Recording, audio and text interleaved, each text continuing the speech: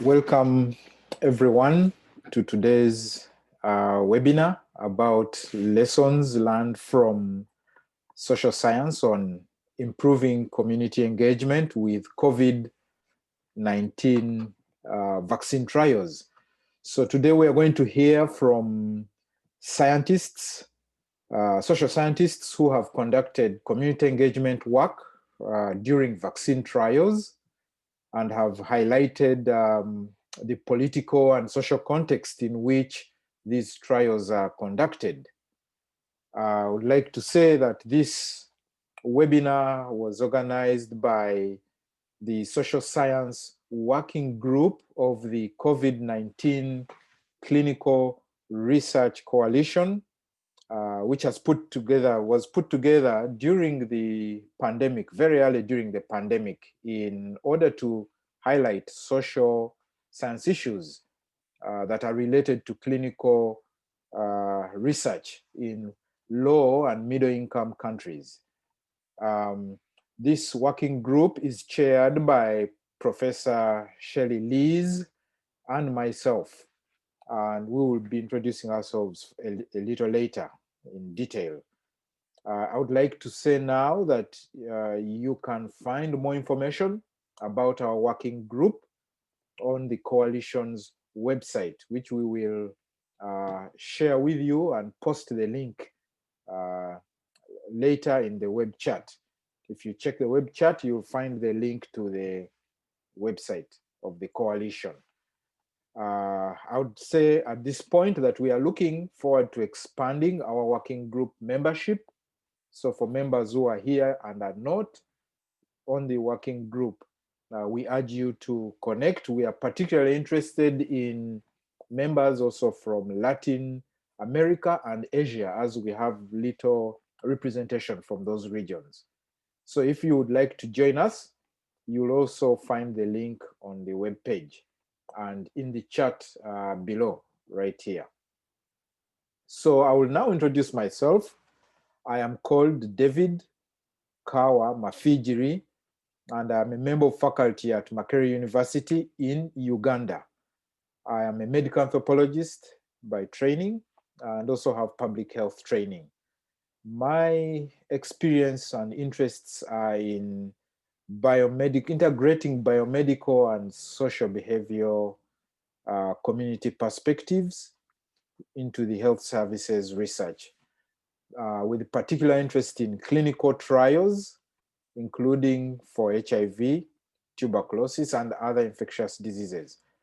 I also have got interests in infectious disease outbreak and epidemic investigations, and I've had the opportunity to participate as an anthropologist with the Ministry of Health teams, investigation teams in Uganda and also in South Sudan.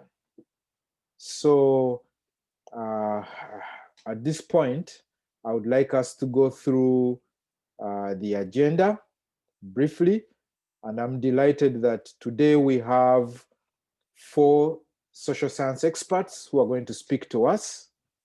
We shall look at, they'll speak to us about the intersection of social science research, public health practice, and policy. Most of them have worked in that range of contexts, all of them. So following the panel discussion, the 4 presentations, the panel discussion, we will have a question and answer session. So we will then end up with a 20-minute discussion and a debrief. That debrief will be led by Professor Lees and to feature the other members of the working group. So I strongly encourage that we all attendees can engage with us and with each other during this webinar. Now, just a few housekeeping details before we start. Today's webinar is being recorded and it will be posted later on the coalition website.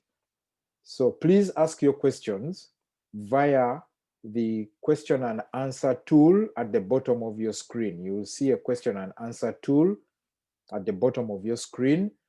You type your question there. What is interesting here now is that you also have the opportunity to upvote the people's questions by clicking on the thumbs up icon. So if you find questions you really feel are more urgent and need to be dealt with, answered, when you click on them, you will be upvoting and they will send these questions higher up on the list.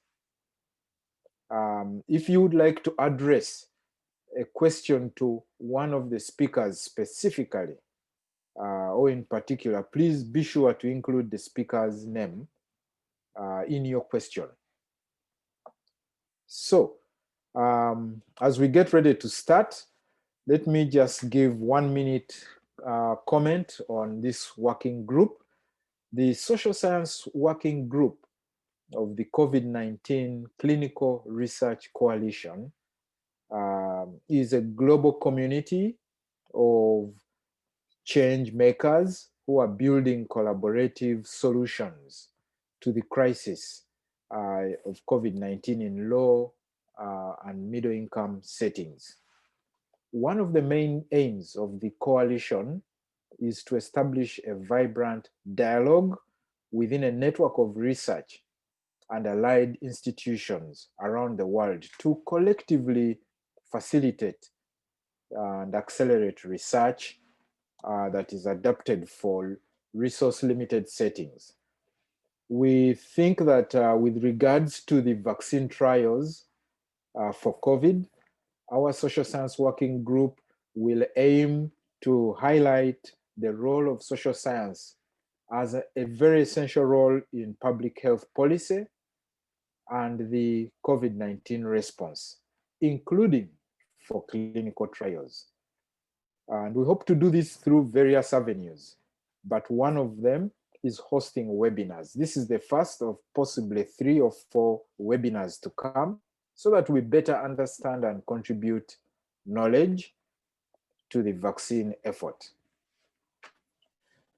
Thank you very much. That is briefly the introduction.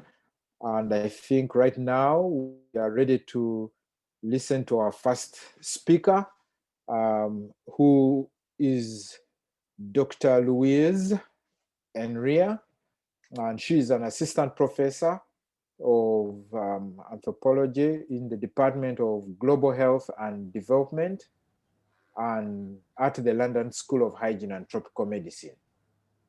Louisa's research combines insights from politics and anthropology to study community experiences in epidemic preparedness and humanitarian interventions.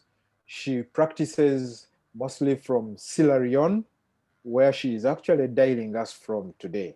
So we are privileged to have you, Louisa.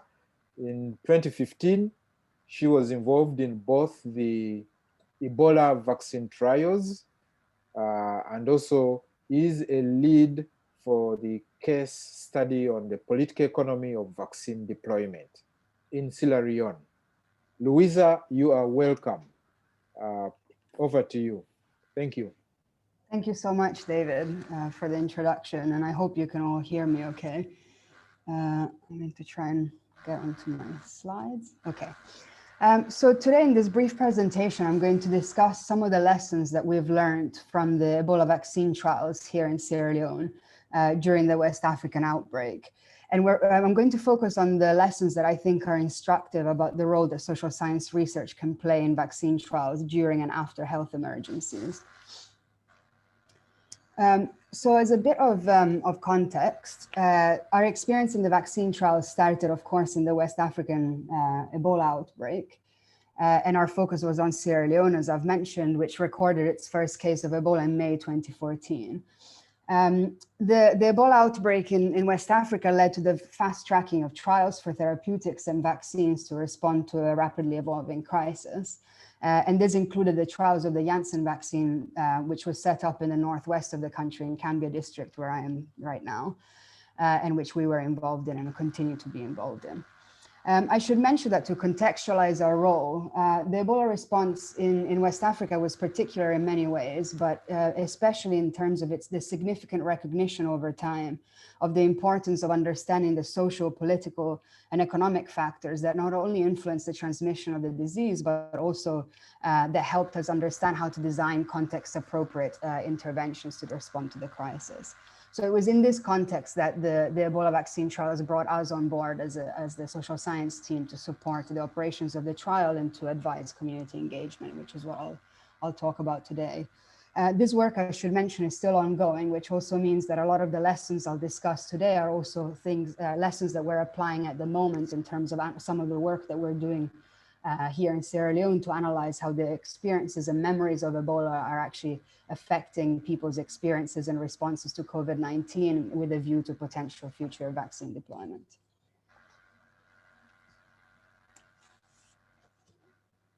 So I wanted to just very briefly lay out the kind of work that anthropologists who work on clinical trials do, and the other speakers will relate to this as well, I'm sure. So as anthropologists, we look at the social relations between researchers and participants, situate the trials in the kinds of context in which they exist, which I'll discuss in a second. And we're also engaged with with perceptions and rumors and concerns, as well as hopes and expectations. And for our work, we also had to then situate this in a broader understanding of the epidemic as it was evolving and also after it ended. So we had a social science team that, using primarily ethnographic methods, was looking at the community and participant experiences of the trial. And we developed some rapid feedback mechanisms to directly influence the implementation of the trial, as well as the design of community engagement strategies. So these are the lessons that I want to discuss today, but I wanted to briefly say that throughout this discussion, I want to emphasize both the significance of these lessons for COVID-19 and future vaccine trials, but also to remind us of the specificity of different health emergencies so that we remember how some of these lessons need to be adapted not only to the specific context where trials are taking place, but also to the kind of crisis that we're faced with, or the kind of emergency that we're faced with in different contexts. So the first lesson I wanted to talk about is about the importance of understanding the political and economic context in which an epidemic response broadly and then specifically clinical trials are taking place, as well as understanding how the trials themselves influence this political landscape. In Sierra Leone, for example, long histories of exclusion and conflict impacted the levels of trust in the health system as a whole, as well as perceptions of external intervention. But at the more sort of micro level, in terms of the trial itself, what was really important, especially in setting up the trial, was to understand how the workings of power in the community, so in Cambia, where the trials were taking place. And this meant doing sort of dynamic power mapping to understand how influence worked within the community, who had power and who had influence to be able to be involved in sort of targeted and effective community engagement strategies. And this meant moving beyond the assumption that formal authority equals trusted individuals, and expanding the network of people that we were engaging with and speaking with to reflect the way in which influence actually works. Which also means that we learned that legitimacy is not static, it changes and it's negotiated over time. And most importantly, it's also affected by the epidemic response itself and by the trial. And this also meant recognizing the ways in which clinical research also affects landscapes of power through things like providing employment and creating a sort of small economies around it. The second lesson that we've learned is about how to support community engagement directly. The first step, I suppose, was that we had to understand how the community engagement for the trial fit into a broader landscape of community engagement in the Ebola outbreak. For example, the militarization of the Ebola response meant that community engagement strategies were often accompanied by or coexisted with punitive measures as well. At the beginning of the outbreak, local knowledge and local practices were often seen as barriers rather than starting points for engagement. So our work really focused on understanding how local experiences and local knowledge could be actually integrated and be the baseline for community engagement strategies, using, for example, local concepts of protection and risk. And this was particularly important in addressing rumors and understanding why that rumors and concerns are actually manifestations of mistrust and anxiety rather than being misinformation. So a lot of our work focused not on debunking or one-way information systems, but rather on two-way dialogue that took those rumors seriously and those fears seriously as well. A lot of our work also focused on motivations and the everyday experience of trial participants. So we weren't just focusing on reasons and dynamics of hesitancy, but also on why, in a context of fear and anxiety, which I think we can all relate to in this global pandemic, why people decided to join and what their experience was like. So in the Ebola trials, participants expressed a range of motivations from national sacrifice to therapeutic hope and curiosity. And we also documented expectations of exchange, as well as the social relations that were established between researchers and participants and the moral obligations, as well as the ideas of citizenship and hope that emerged through these relations. I wanted to sort of conclude by briefly also noting the very specific challenges in what has been, in my view, at least, an extremely valuable interdisciplinary collaboration with clinicians and community engagement colleagues. But one particular challenge comes in translating social science insights and in operationalizing them. And so in communicating the perspectives and experiences of trial participants across different disciplines and what are often different cultures of evidence. And I think this is particularly challenging in terms of where social science is often situated. And so with our colleagues here in Sierra Leone in our social science team, we've often made the case for actually integrating these perspectives right from the start, right from the design of trial protocols, so that this can be an ongoing conversation throughout. So just to conclude and sort of really to reiterate the key lessons that we've learned, but I think once again to sort of say that that whilst we believe that these kinds of lessons, and especially the central role of trust and of local knowledge and experience in taking participants' concerns seriously, as well as the surrounding community, is also to remember that these things are not static, they're not out there to be discovered, but rather they need to be studied dynamically and in relation to the particular challenges that, for example, the COVID-19 pandemic presents that are different from what we saw during Ebola. So I think I'm basically out of time. So I just wanted to thank the Ebovac team and everybody else who we've worked with, and I look forward to the discussion and to this engagement. Thanks very much. Thank you. Thank you very much, Louisa, for that presentation. Our next presenter is Dr. Primus Chi, who is a social scientist based at the KEMRI, Kenya Medical Research Institute Wellcome Trust Research Program in Kilifi on the Kenyan coast. He has a background in health systems and bioethics, and his research interests cut across a broad range of areas in understanding social and ethical implications of conducting studies and building resilience in health systems in low and middle income countries. Dr. Che, you are welcome. Over to you. Thank you.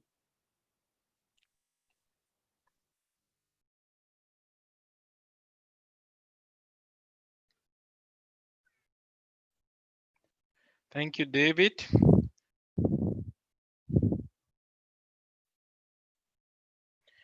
Yeah, so on behalf of a team of social scientists at the KEMRI Wellcome Trust, I'm presenting these some key findings from embedded social science research within a malaria human infection study within the program. I should highlight that for the interest of time, I will focus on our key findings and the implications of those findings on policy and practice.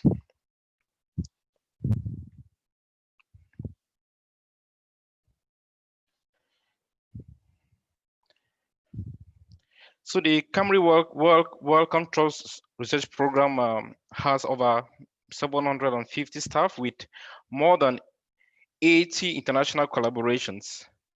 And the community engagement at the program has evolved for the past 15 years, covering a wide range of activities with the ultimate goal of strengthening mutual understanding between researchers and the research institute on one hand, and the communities that are being researched on the other hand. And social science research constitute a major component within the community engagement work that is done within the program. It actually informs the planning of community engagement, and also social science research methods are used to support as well as to monitor and evaluate the community engagement activities.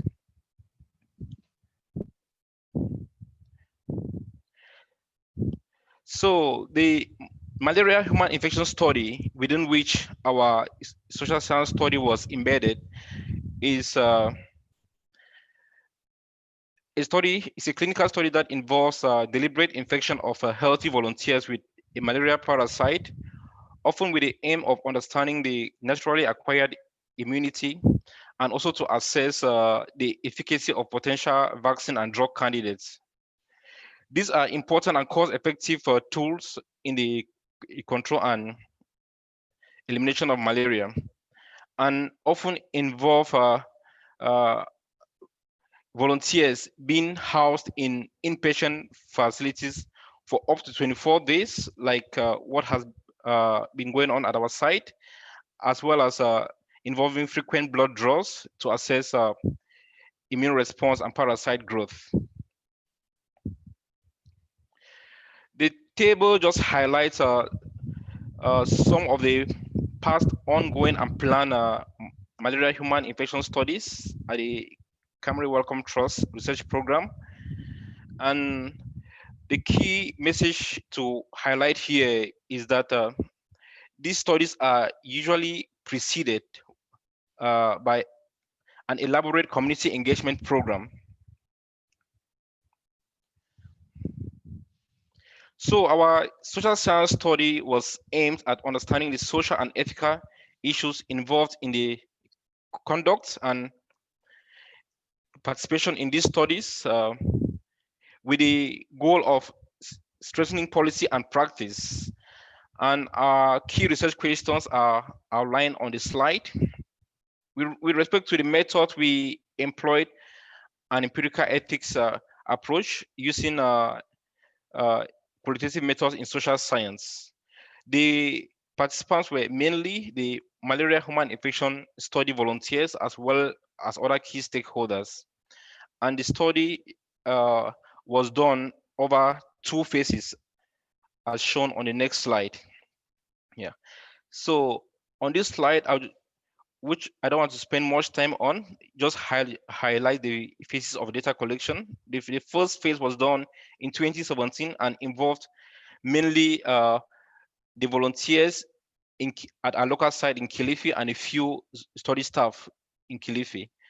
While in the second phase, it was broadened to include volunteers from Kilifi and another site in Western Kenya known as Ahero, and more study staff, community representatives, as well as administrative leaders were also engaged in the data collection exercise.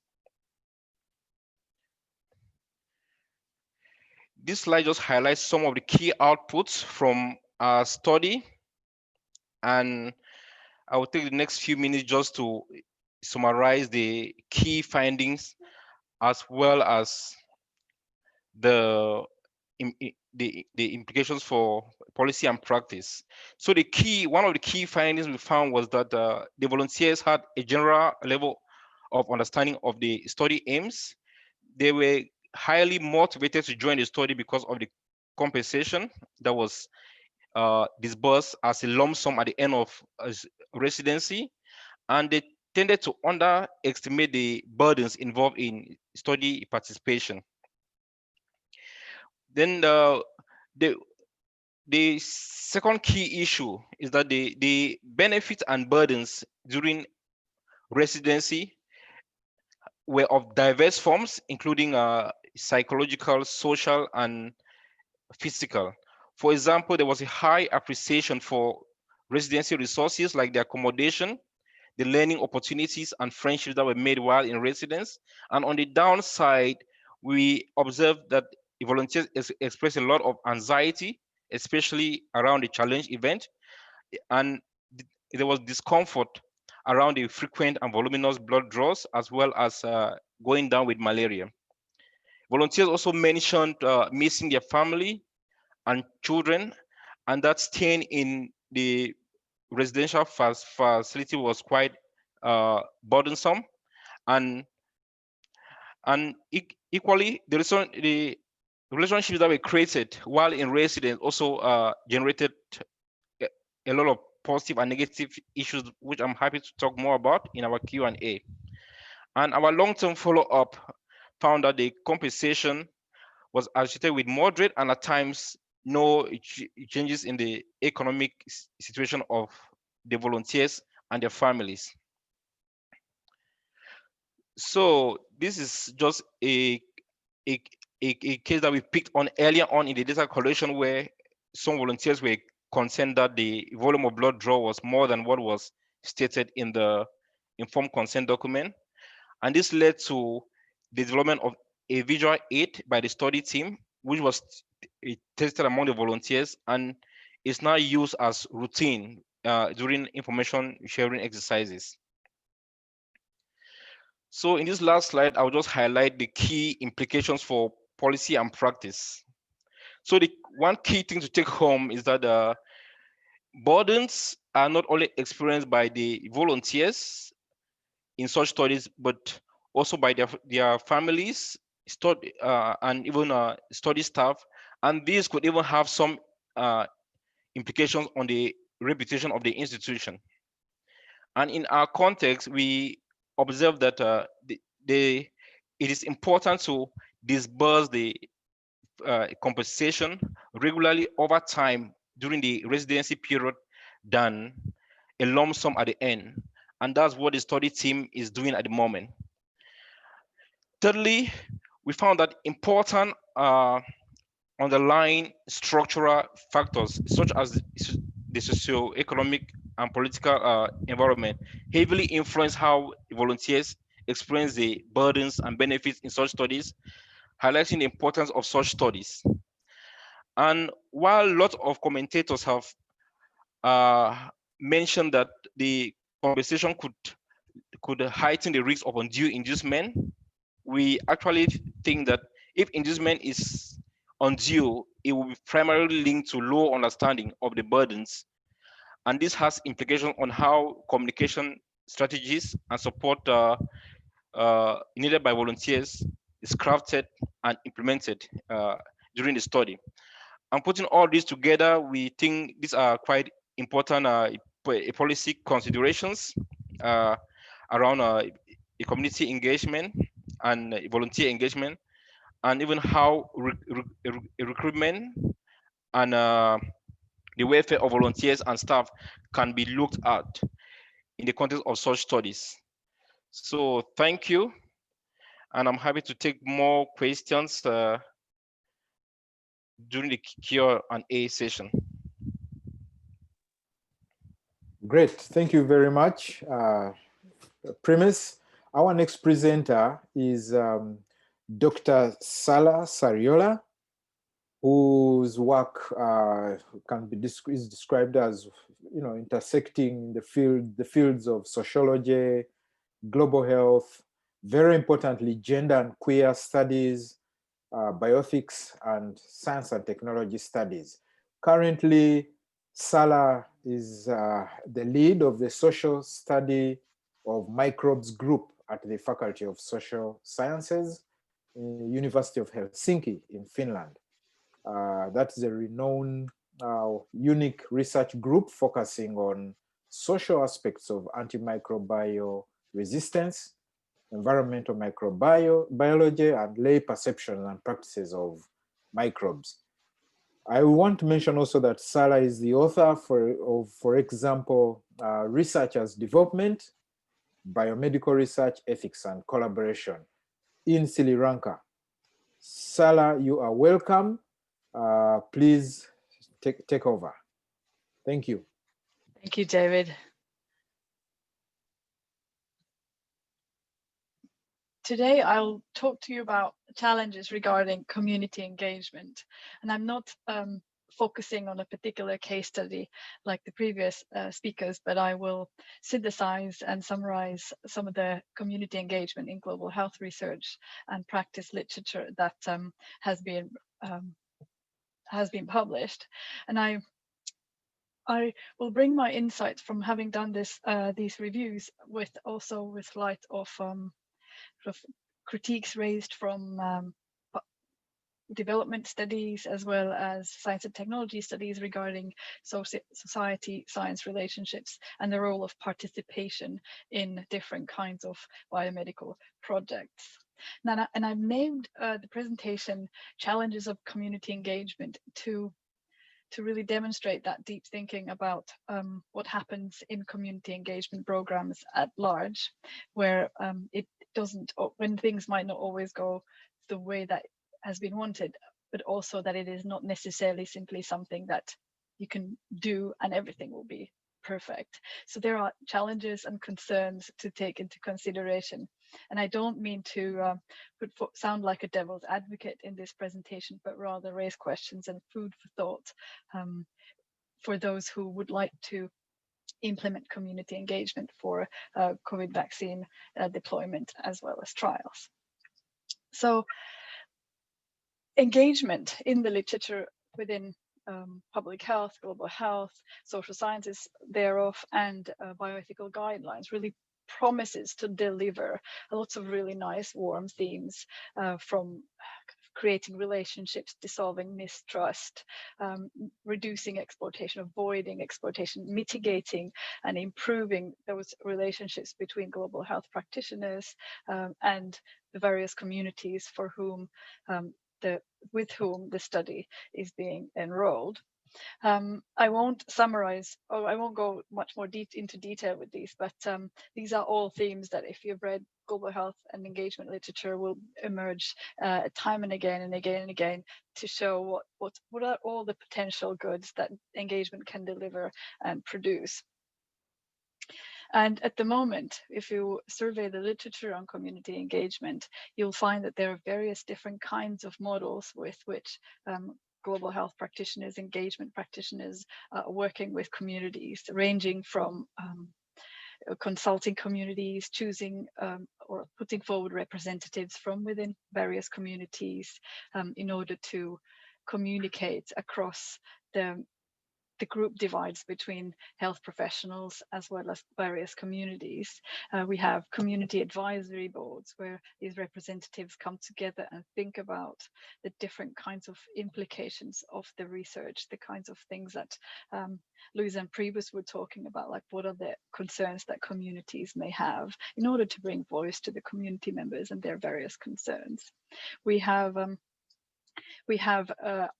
participatory video groups. We have using visuals and theaters in order to reach out to convey information between and to communities. But the reason why that ecology is important is that in the sort of frameworks of thinking about different kinds of engagement and how participatory they might be, a very classic division or a model of sort of the participatoriness of the different kinds of engagement models is Sherry Arnstein's model, ladder of participation, where at the top you have citizen control over the different kinds of activities regarding research or engagement practices, and at the bottom you have like direct manipulation by experts for what they want the community to do. And Arnstein puts consultation and information sort of somewhere in the middle. So very commonly done information sessions or consultations don't get to, on Arnstein's ladder, quite to the extent of which being citizen-led. So citizen-led projects would be really almost social movement programs where they dictate or define the terms with which research takes place. Now, I'm raising this not as a sort of a cautionary tale of what is better or what is worse, but for those who really think and concern themselves about engagement, it's a helpful exercise to think, well, what exactly are we doing? And at where are we in terms of our participation in our different kinds of programs. And having said that, just having done the reflexive duty of thinking about one's program's position on this on this ladder, it still doesn't quite go as far enough as to resolving any kinds of challenges that may arise. So the Einstein's model has been really criticized for the lack of advice of how do you do it in practice. Just because you engage, it is not a doesn't mean that in and of itself it will resolve the problem. So my cautionary tale here is to say that engagement is not a silver bullet. It won't automatically solve problems of recruitment, vaccine hesitation, and so on, which is how it is often deployed. So it is thought that we can have an engagement program in place, and that will sort out the way in which the community the global health program is enrolled. But in fact, engagement in and of itself can create problems. It may not be inherently democratizing, and very much like what Louisa was saying about the way in which the Ebola vaccine trials were linking with broader socioeconomic contexts. Similarly, engagement links up to the existing sociopolitical dynamics, which will be read on the engagement. So powerful communities with locally will take an advantage of their engagement programs to possibly gain interests or more power through the engagement program. So engagement program is just as vulnerable for the different kinds of power dynamics locally as the trials are, and it won't automatically solve them. But that work needs to be done in order to think through questions like who represents the community, what kinds of communities are there, what is engagement, what can we do, what can be done in a certain situation, how do you avoid favoritism or appearing as though by giving focus to this particular group, working with certain kinds of partners, it may be that you're leaving others out. The communities, various kinds of groups, they are merging, and the trials and the programs create them and reinforce them. What are their relationships like?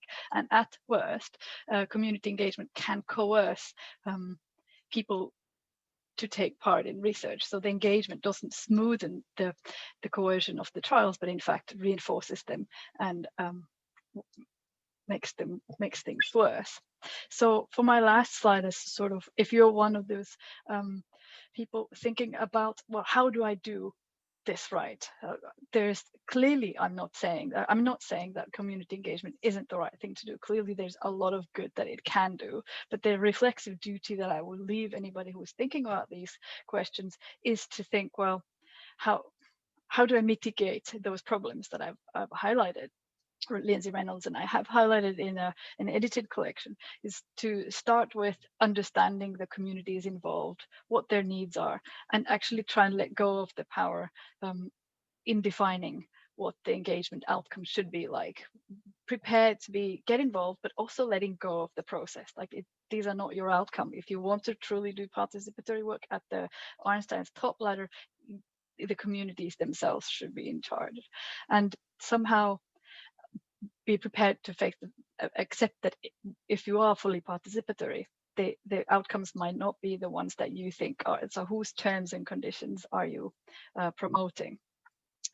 Thank you very much for your attention. There's a great resource by Mesh on the link below, and I'm very happy to discuss any questions. Thank you very much, Salah, for that presentation. And just to alert you that there is a very nice question in the Q&A about communities, and that you might want to take a look at if you're able to see. We'll get to that also at the Q&A. Right now, our last presentation is from Kagisho. And Kagisho, you're welcome. Mr. Kagisho Bathenye is a community engagement project manager for the HIV Vaccine Trials Network and the COVID-19 Prevention Network in Africa, based in South Africa. The HIV Net is the world's largest publicly funded multidisciplinary international collaboration, facilitating development of vaccines to prevent HIV/AIDS. Very, very interesting big group. The mission of the COVID-19 prevention network that he also manages is to conduct phase 3 vaccine trials for COVID-19. So you are welcome, Kagisho. Please, over to you. Thank you. Thank you, Chair. Thank you, Chair. I must start first by saying to apologize to the team. I'm presenting from my phone because of power issues. Those of you who are in South Africa, they would know that we are already on low shedding. I believe I can be heard. Please, next slide. Thank you. As the HVTN and CoVPN, we have this motto that we don't do research in communities, we do it with communities. And I must say, during the epidemic, this statement was challenged because of how the epidemic posed challenges to different communities and sites that are doing clinical trials with CoVPN and the HVTN. But I must say that the sites that we are working with, and I want to commend them, they stood up to the challenge and maintained that this statement stand. Next slide, please. Thank you. So just briefly on stakeholder engagement, as the previous speaker has said, I just want to highlight certain points here that stakeholder engagement, it varies at different levels, at individual level, social network and media and community. And at individual level, it increases accurate knowledge, it increases positive attitude, decreases misinformation, increases intention to participate, and increases trust. Also at social network media level, it increases dialogue about COVID-19 vaccine research among key organizations, improves social support, and modeling of accurate statement among family, peers, mentors, and opinion leaders. And lastly, in community level, it increases positive social norms and supporting participation in COVID-19 prevention trials, and it also adds ambassadors. As all of you are aware that before COVID-19 trials took place, particularly in the Africa region, there were a lot of myths in social media. So it was quite important for us and our sites to engage communities as well through social media. Next slide, please. And the overall goal of community engagement obviously is to increase the support for COVID-19 prevention research among populations who bear the greatest burden of the disease. Because if we don't get support in this group that bears the greatest burden, we might as well not continue with the trials. So it was very, very important that we ensure that communities that bear the greatest burden, we increase our support and dialogue. Next slide, please. So these are the community engagement activities that various sites of the CoVPN engaged in, is that sites received study-specific material, study-specific public relation material to help augment community outreach activities at local and news media outreach. And CoVPN sites across the region consulted their respective community advisory boards and stakeholders in their recruitment areas on COVID-19 trials they are about to undertake. And also education sessions were conducted for stakeholders and communities on COVID-19 and how future preventative vaccines would work. And also due to physical distancing, most meetings were conducted via Zoom, and sites were supporting their cabs with cell phone data to have access to internet. As you all know that COVID-19 also exposed disparities between communities that have and communities that don't have. And other sites were also discussing recruitment using social media, and others have started implementing at the time. And as we speak, most of the sites started using social media because social media actually, it was not our terrain. And also what the CoVPN did was to create a website for the region. We also had social media on Twitter and on Facebook. And most of the sites realized that engaging in social media might not always be the easiest thing to do. But as we start, most of the sites experience challenges. But after all, sites had a positive response and people responding positively to their post on COVID-19 and COVID-19 trials. Next slide, please. On accountability to community and civil society, the COVIPN has been participating in COVID-19 conversation, a platform created by civil society to hold scientists to account. And we must say that participating in this forum like this one, we had learned that communities and civil society appreciate that we involve communities in our research, and we have CAPs in place. However, there is a greater need to be clear about access to product after the research has been proved that the product is working. And also civil society is also raising matters relating to reinvestment of study participants as one of the things that should be looked to ensure that participants benefit beyond the study, irrespective of products being given to work. And also civil society emphasized the need to involve communities beyond the local sites, because COVID-19, for example, affected the whole country and the region as well. For example, the Africa region was highly affected. So as much as civil society appreciate the work we do, they're expecting more, and they're engaging with us, encouraging us that it's important to engage broadly, not necessarily within local area like our sites are doing. But our engagement, next slide, please. Our engagement, particularly, we are focusing also on priority populations for COVID-19. Like occupational engagement, as you may see, and then we continue through prioritizing populations that show that we are mostly affected. And lastly, these were the lessons learned. Traditional ways of engaging communities and stakeholders need to adjust, and I'm left with less than a minute.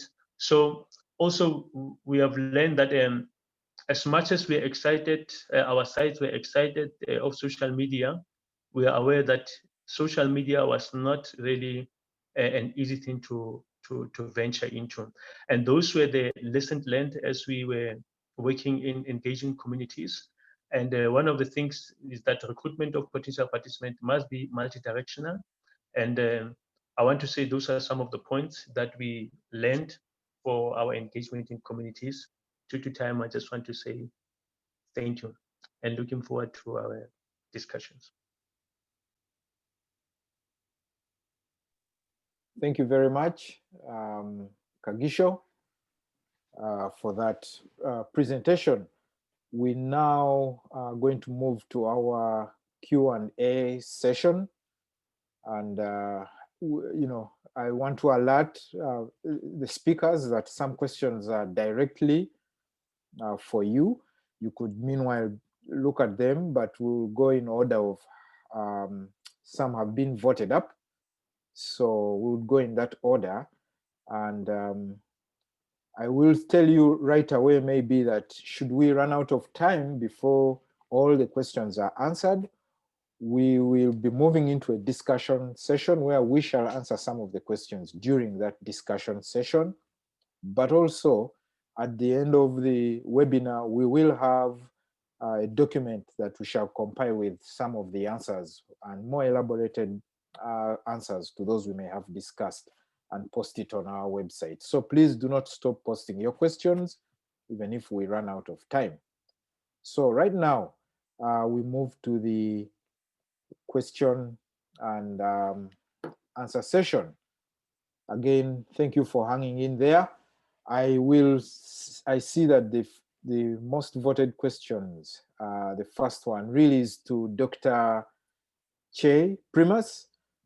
If you have any answer that you can explain, elaborate, you are welcome. The first question is about compensation payments to members. If those are to participants, if it's a major reason for participating, could you elaborate on some of the ethical issues of related to undue inducement? Thank you. Okay. Yeah, thanks, Mr. Chair. I think, and thanks for the questions. I think before I get into that, I think there are some few issues that is important to clarify. I think it's good to understand that participating in a study because of the compensation, there's nothing wrong about that.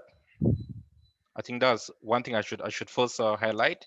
Then another issue I should also mention is that money in itself is not the issue here. Yeah. So as far as payments are concerned for research, in the context of research, I think the best place to begin is to have a clear understanding what are the payments for to start. Is it a compensation? Is it a reimbursement? Is it an incentive? Is it a form of appreciation? So that is where to begin, because once we clearly outline what the payments are for, it is easy to actually identify where the issues could arise.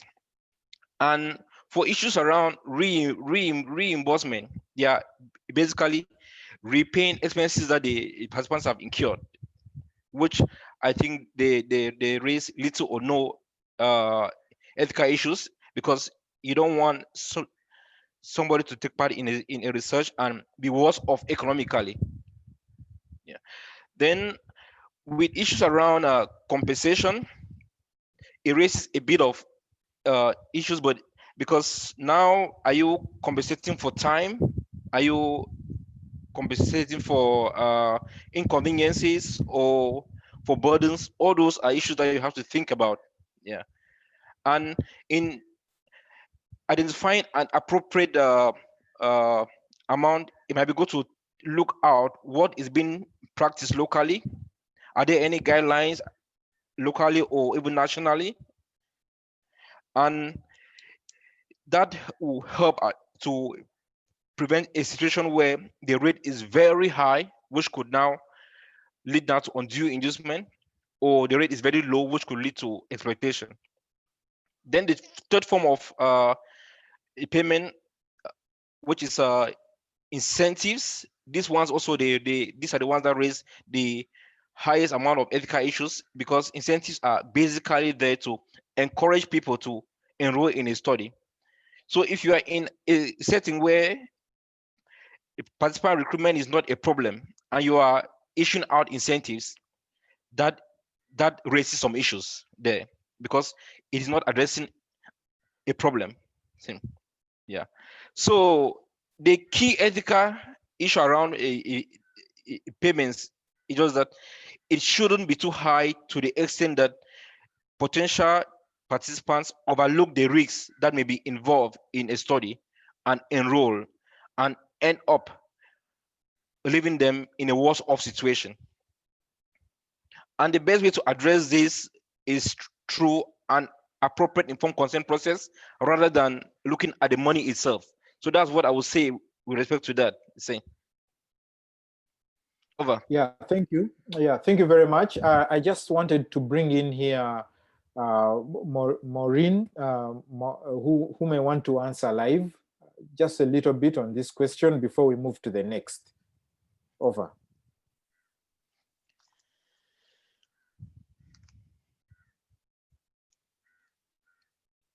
I saw an indication that you wanted to answer live this question, Maureen. But if okay, that's all right. If you cannot make it right now, I think we move to the next question. Thank you so much for your answer, Primus. Then the other question is to Dr. Sala. Sala, you have a question that is very burning there about any examples of programs that you know could be considered as citizen power. What is citizen power on that ladder? Over to you, Sala. Thanks, David. It's a really good question, and it, I think, links nicely to some of the other questions that have been asked about what is the ladder and the top of the ladder and the citizen power always and necessarily and empirically the best and only right way of doing it. And I feel like I perhaps didn't emphasize strong enough that the ladder is an indicative way of thinking about it, but I don't propose it as a sort of a normative statement that only community-led or participatory community-based research is a sort of good enough. There have been numerous examples of different kinds of citizen power, which can erupt as controversies, scandals, mistrust, pushback, in ways in which that can be very interruptive and problematic and call research to a grinding halt. So that is also an example of citizen power in ways in which isn't always necessarily sort of constructive. And so what is meant by that sort of that top rung regarding citizen power can mean very inclusive programs or inclusive projects where communities are at the forefront, starting from early HIV activism to the way in which different kinds of local sex workers movements, I'm using these examples from HIV research, for example, have been driving the agendas. But there are also examples of citizen power which pertain to kind of quite interruptive and disruptive controversies and pushbacks where community members refused to take part, even attack offices. There are such examples from the history of medical research throughout kind of colonial medicine. So I think Yes. my message here would be, just to wrap up, is that it's good to really think what degree of engagement is practical and what is doable in this situation, and not to think that the only way of doing it is that the communities are in charge, but that there are lots of different ways of doing it and still deliver Yes. successful outcomes. Thanks. Yes. I would have to, yes, I need to interrupt. We are running short of time to tackle a few more questions. I see, Louisa, you've got a question that you need to address here. High on the about the nature and quality of social science evidence being integrated. Yeah, thanks. Thank you. It's a really great question and quite a tough one to some extent. I think the first thing to say would be that, at least in my experience, I think our project, so Ibovac, was quite unique in the sense that the social science team was really part of the whole team. So we were integrated right from the start, during the setup phase as well. And I think this helped quite a lot in terms of kind of setting up systems for feeding our research right back into the operations of the trial in general, and then specifically into community engagement. And we set up a system of a sort of a communication between the different teams as well. And so I think that helped quite a lot, because I think that in other contexts, having, and I think that's, I didn't get to talk about it as much in my presentation, but often, despite being in a slightly difficult position, kind of analyzing and studying the trials whilst being part of it, I think that helps quite a lot in terms of uptake, unlike in other settings. Yeah. I think that for us, just very briefly, just to say that for us, it was also quite a learning experience, because I think that what I've learned anyway is that it's not always that easy to operationalize some of the analysis that we deliver, and there are often kind of different layers almost of social science findings, right? So some of the kind of historical dynamics that I was speaking about before that influence mistrust are very hard to address immediately, or probably impossible to address immediately. So I think it's about kind of differentiating what can be changed and in what way with operation, and that doesn't mean that you don't kind of nonetheless engage with the more kind of structural dynamics as well. Yeah, thank you, Louisa. I think members, you'll agree the questions are many. That's a good sign of how the webinar is interesting. But unfortunately, we need to move into the discussion group session, and all these questions we are going to try and tackle them. I can see that these same issues are going to come up in the discussion session. If you will agree, members, colleagues, we need to move on. But we are taking note of all these questions and we shall answer them. I also urge members to look down the panelists in some of the questions. Some are very direct, you can answer them in the meantime. I would like now to thank the panelists for the presentations and say that we now shift to the discussion portion that will be led by Professor Shelley Lees and members of the working group. Professor Shelley is a professor in anthropology of public health at the London School of Hygiene and Tropical Medicine, where her work focuses on gender, violence, and epidemic diseases. She has conducted work in Tanzania, in Sierra Leone. I know in Uganda, we've had the opportunity to work there together, and other parts of the African continent. She studies sexuality and HIV as part of the microbicides trial in Mwanza. So she is also the lead anthropologist on the Ebola vaccine trials in Sierra Leone. You are welcome, Shelley, and over to you. Thank you. Thank you very much, David, and thank you so much to the panel for such fascinating presentations. For the participants, I'm really pleased that many of you are remaining with us for the next half an hour.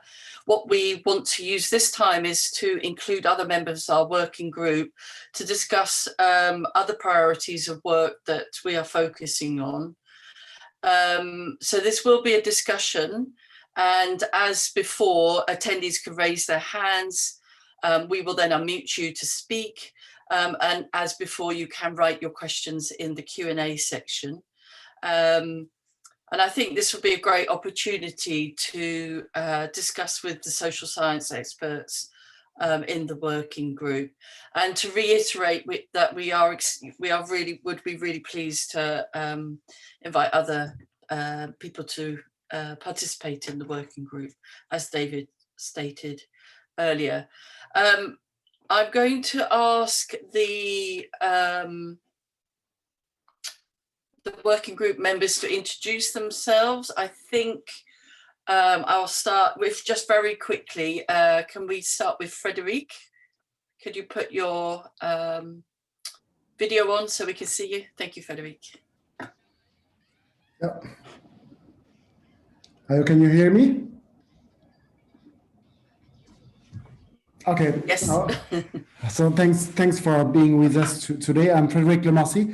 I'm a professor of anthropology at the École Normale Supérieure de Lyon, and currently hosted at IRD in Trans-VIH-Me, and working in CERFIG in Conakry. I'm interested in two main issues which are in a way interrelated. One is the answer to epidemics and the history of epidemics, particularly in Guinea. And second is politics of confinement and experience of prison. And in some way, confinement and epidemics are connected through the issue of imprisonment, isolation, and confinement. And I'm very happy to be able to share with you and to discuss with you today. Thank you so much, Frederic. And then Charles, can I ask you to introduce yourself? Yeah, thank you, Shelley. I'm Charles Shea Wisonge. I work for the South African Medical Research Council, where I'm the director of the South African Cochrane Center. I am a physician with training in vaccinology and public health, and my research focuses on vaccine uptake and hesitancy in Africa. I'm glad to be part of this group. Wonderful, thank you.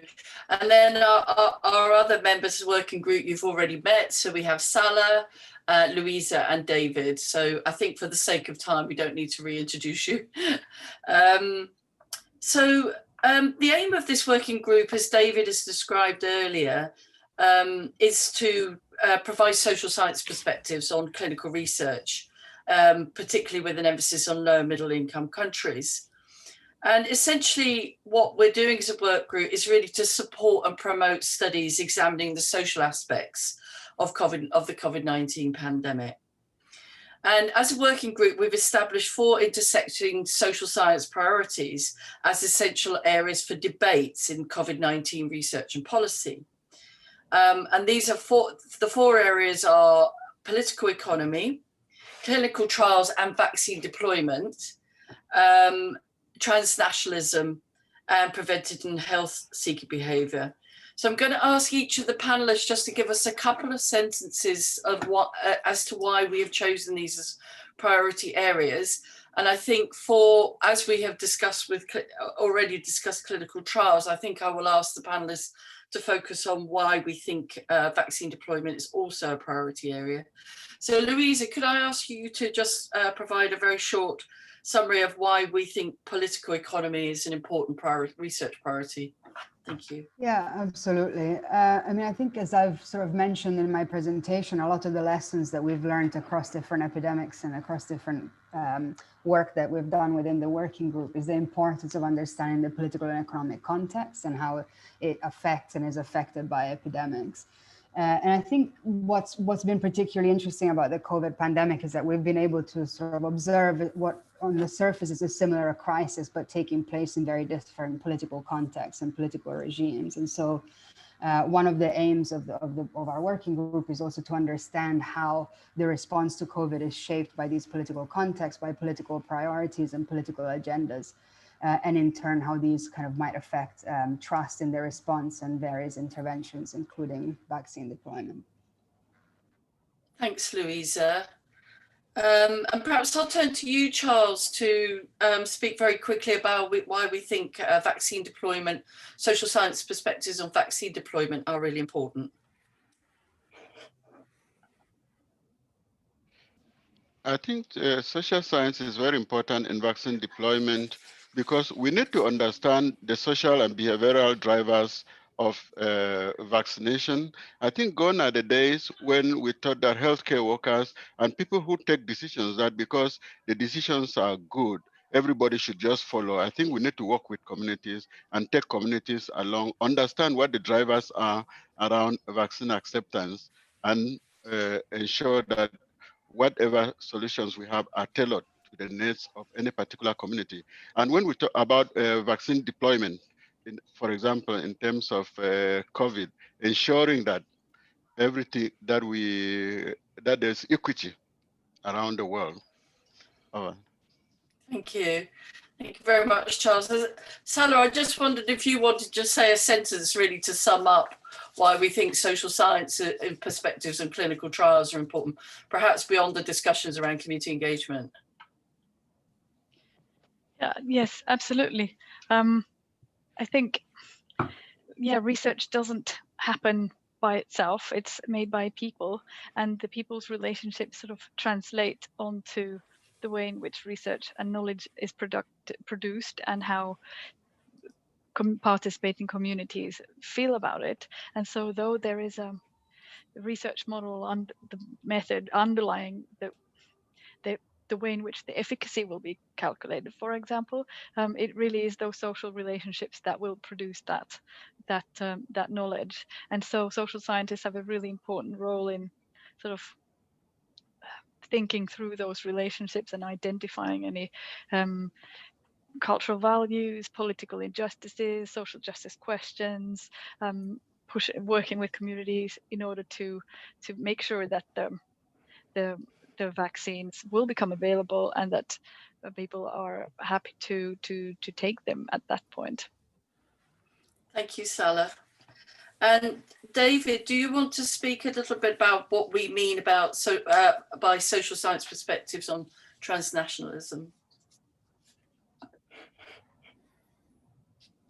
Right, for my mute, sorry. Right, so, what I can say is that, these outbreaks, these infections increasingly, of course, happen around,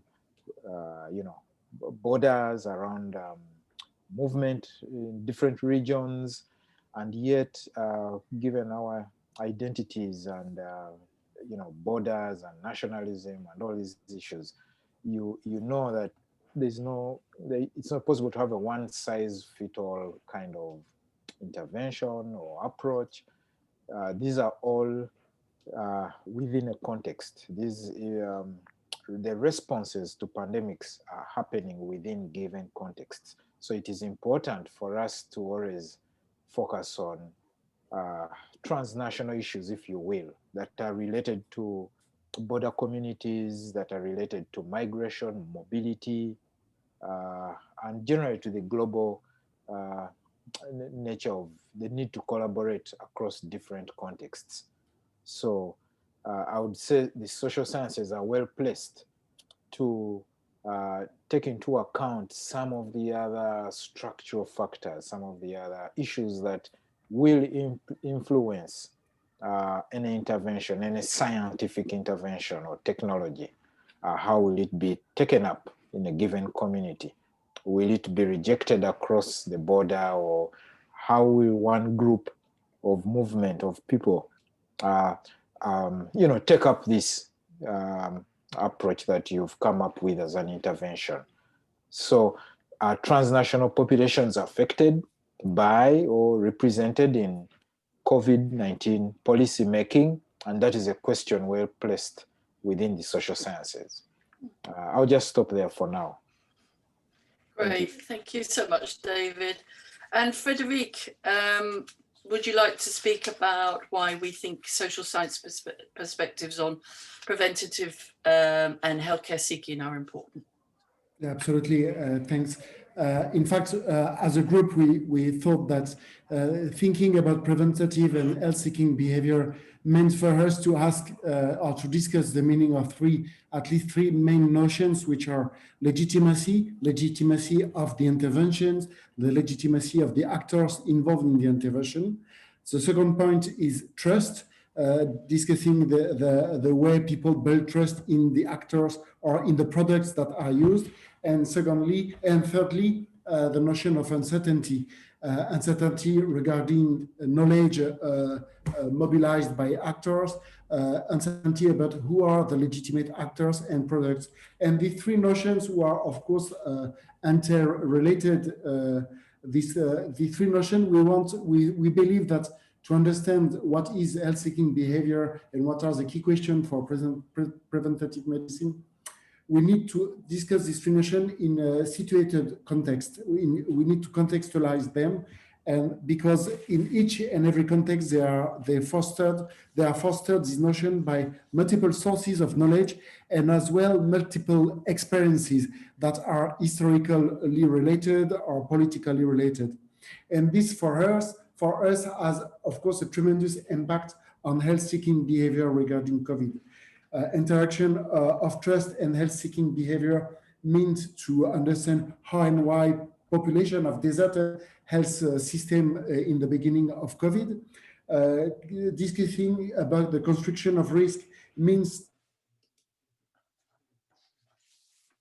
and especially to look at risk construction in trying to understand what is the impact of this risk on the practice that are too easily described as irrational or complotist.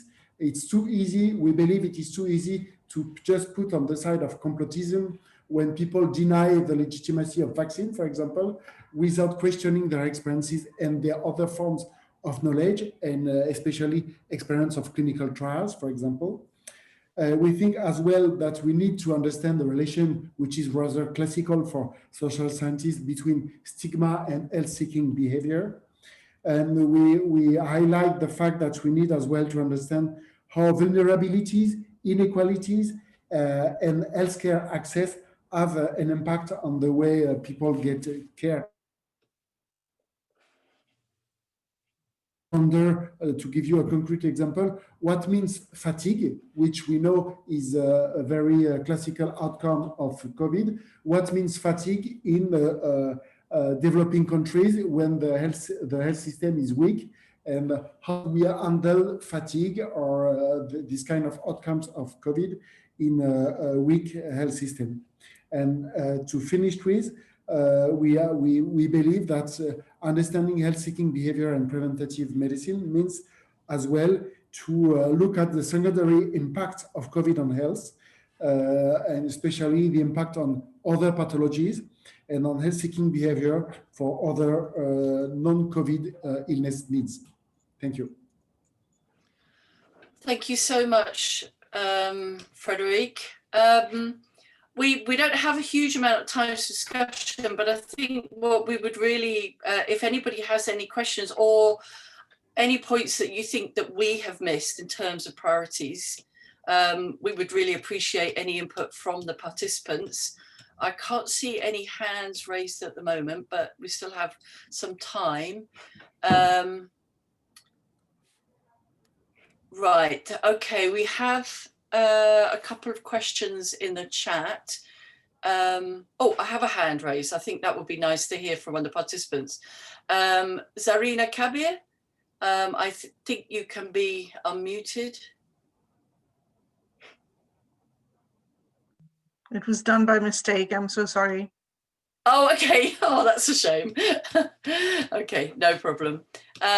Okay, so we have a question. Right, so that is a powerful statement of doing research with communities. Could we get insights on to the extent to which communities and who in the community is involved in carrying out research, what roles they play, and whether any tensions arise? I ask this as it's an area, an approach we've been developing for a while. I would really appreciate some practical examples.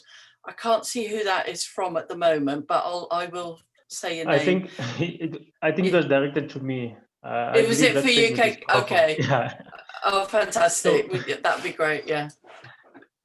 Yeah. So we mean that when we say we do research with communities, is because in all our sites, it's a requirement to have community participation for all the protocols that we're implementing.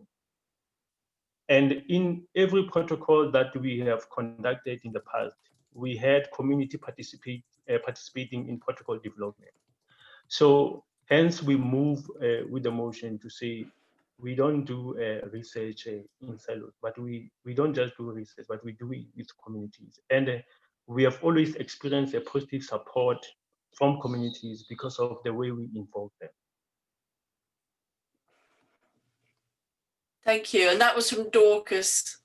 Hi, Dorcas. And I think we have one last question, I think, for the sake of time. We have 1 minute. So what would you say to American partners nervous about engaging the COVID-19 pandemic needs of low, middle income African countries due to political economy concerns, compared with the established development procedures and safeguards in the UK? Louisa, I hope I'm not putting you on the spot with that one. Did you get that question? A little bit.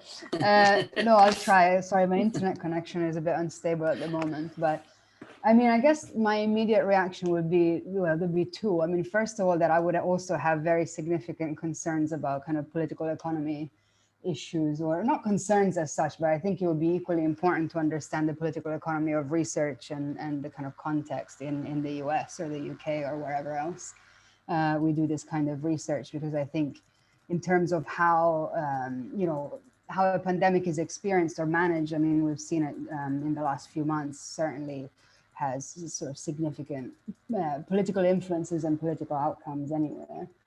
And the second issue, I mean, if we're thinking specifically about some of the countries that we've been speaking about today, or I'll speak about Sierra Leone, where I am here, I think that I would respond in terms of concerns that political economy issues, or any of the issues we've discussed today, don't need to be barriers. They're things that we need to understand and engage with, and ensure that we are sort of designing interventions and research or an epidemic response in a way that takes these realities into account. And I think that, at least for the Ebola response, a lot of the time kind of seeing these things as barriers meant missed opportunities for reacting and for integrating some of these contextual factors into the way in which the response was designed.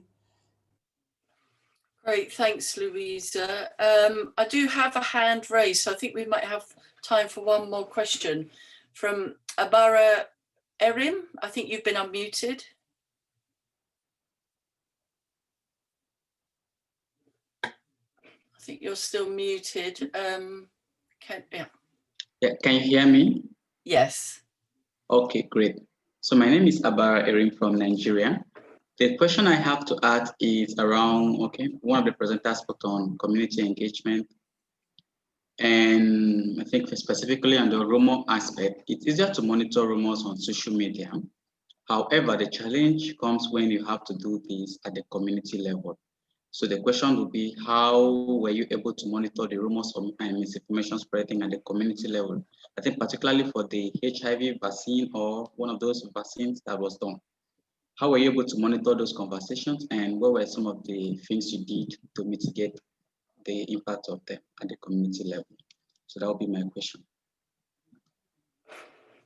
Was that directed at anyone specifically?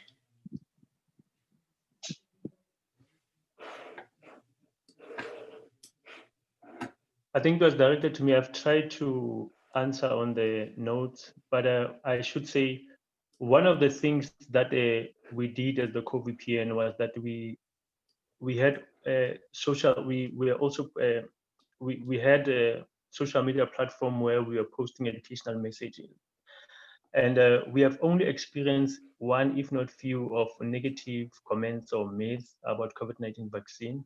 And one of the things that we do is to reply reply with the message which is relevant and have faith. So one of our sites reported to have almost the same challenge as ours, but these things happened only at the first when people started to post in social media. Then for the rest of the part, they just diminished. So one of the most important things is that I think which was an advantage for us in conducting COVID-19 trials is that already before trials were started, myths were already out there.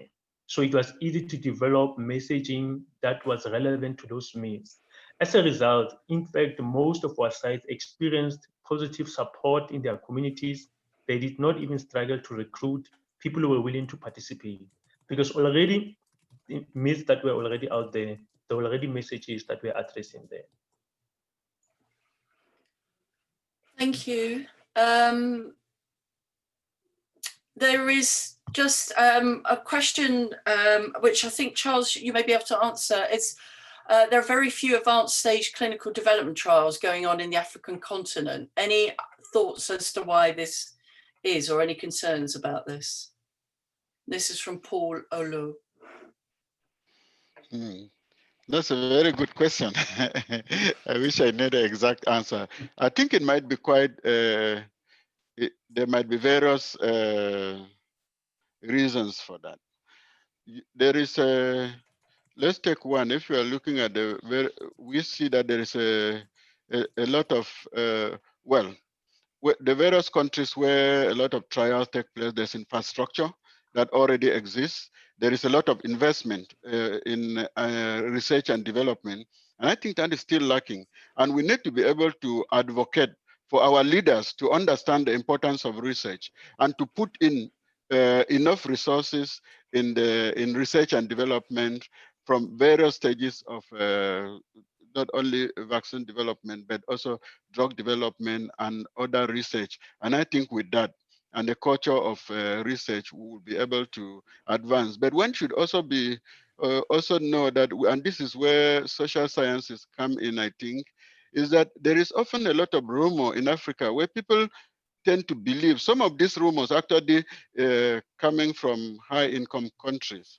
For whatever reason, I do not always understand where the rumors circulate, trying to fool Africans that there is more research going on among Africans than elsewhere, and that Africans are being used as laboratory rats. And you could, at the beginning of the pandemic, for example, there were some discussions on French TV where they used, which I think was quite derogatory, where they said that people should do research around COVID-19 vaccines in Africa because they don't use masks. So African leaders need to invest in research. We need to train more researchers. We need to invest in infrastructure, but also we need to engage communities for people to understand the importance of research. Wonderful, thank you so much. I think we're at the end of time, so I thank all the participants for the questions, and we will continue to answer those. So David, I'm handing back to you to wrap up. Thank you very much. everyone. Thank you for participating. Clearly, we could use more time when you see how many questions, how much we still need to cover in, or how much we've covered in this short time. So I would like to say it has been exciting. I feel like we've touched a lot of ground. We've covered a lot of ground. I know for sure there is so much we would have covered. I take away a few issues from this webinar. I see that there's a lot of information seeking. People are seeking a lot of information, participants, whether it's some of the panelists or even those who have participated. And it shows that we still need, we have a place where we need to cover a lot and generate a lot of information. If we can still have all these questions being asked about vaccines and vaccine deployment. So that is very important. That's very good to see. We've generally covered a lot about political economy, I think. The questions coming in, even that last question to me sounds very much in the arena of political economy. You know, why are we not seeing trials in some regions and seeing others? Lots of issues like that. I know for sure community engagement or involvement or participation, whichever you may define it, and those might have different implications, those words. But it shows you that these are areas we still need to study, and the social sciences are well placed to study these areas. I remember one last question about how can you get feedback from the community there. I'll tell you for sure, to tackle rumors, for instance, some we've tried out in other areas. I know for sure in South Sudan, where we want to rely on a real-time response mechanism, generating information from the community and trying to respond in real time or near real time. Every 2 weeks, we are back in the community trying to answer some questions. That kind of mechanism helps in how best to engage communities. So there is a lot that is still going on, but lastly, I want to say I can tell from the presentations and the questions that there's a lot of knowledge that is being generated. We need to find a way to translate this knowledge into helping vaccine trials, interventions. And lastly, maybe we already have some vaccines out. We know that for sure. We still have many other candidates being studied. I think while this webinar has focused on vaccine clinical trials, I think it is still relevant also for that period when vaccines are going to be deployed in limited resource settings. So I want to say we've got a lot of ground to cover still. May I remind members that we shall answer some of the questions that we've not tackled right now. I see the chat has a lot more that we can tackle. We shall answer these questions and post them on our website. So I take the opportunity now to say we've come to the end of this webinar. Thank you very much for your participation and for the excellent questions. Remember, we have recorded the webinar, so it will be published on the Coalition's website very soon. And if you registered with an email, you'll receive an email with a brief survey. Would like to request you kindly to answer that survey, to respond to that survey, because your feedback will help us better prepare our next webinar. So again, thank you very much. If you're interested in joining our working group, again, a particular call to members from Latin America and Asia, please do not hesitate to apply via our link. Thank you very much. I will end it here. Maybe Shelley, you want to give the last word to close out to the Secretariat. That's it from me. Thank you. Just to say thank you to the panelists and thank you for all the participants. This has been wonderful.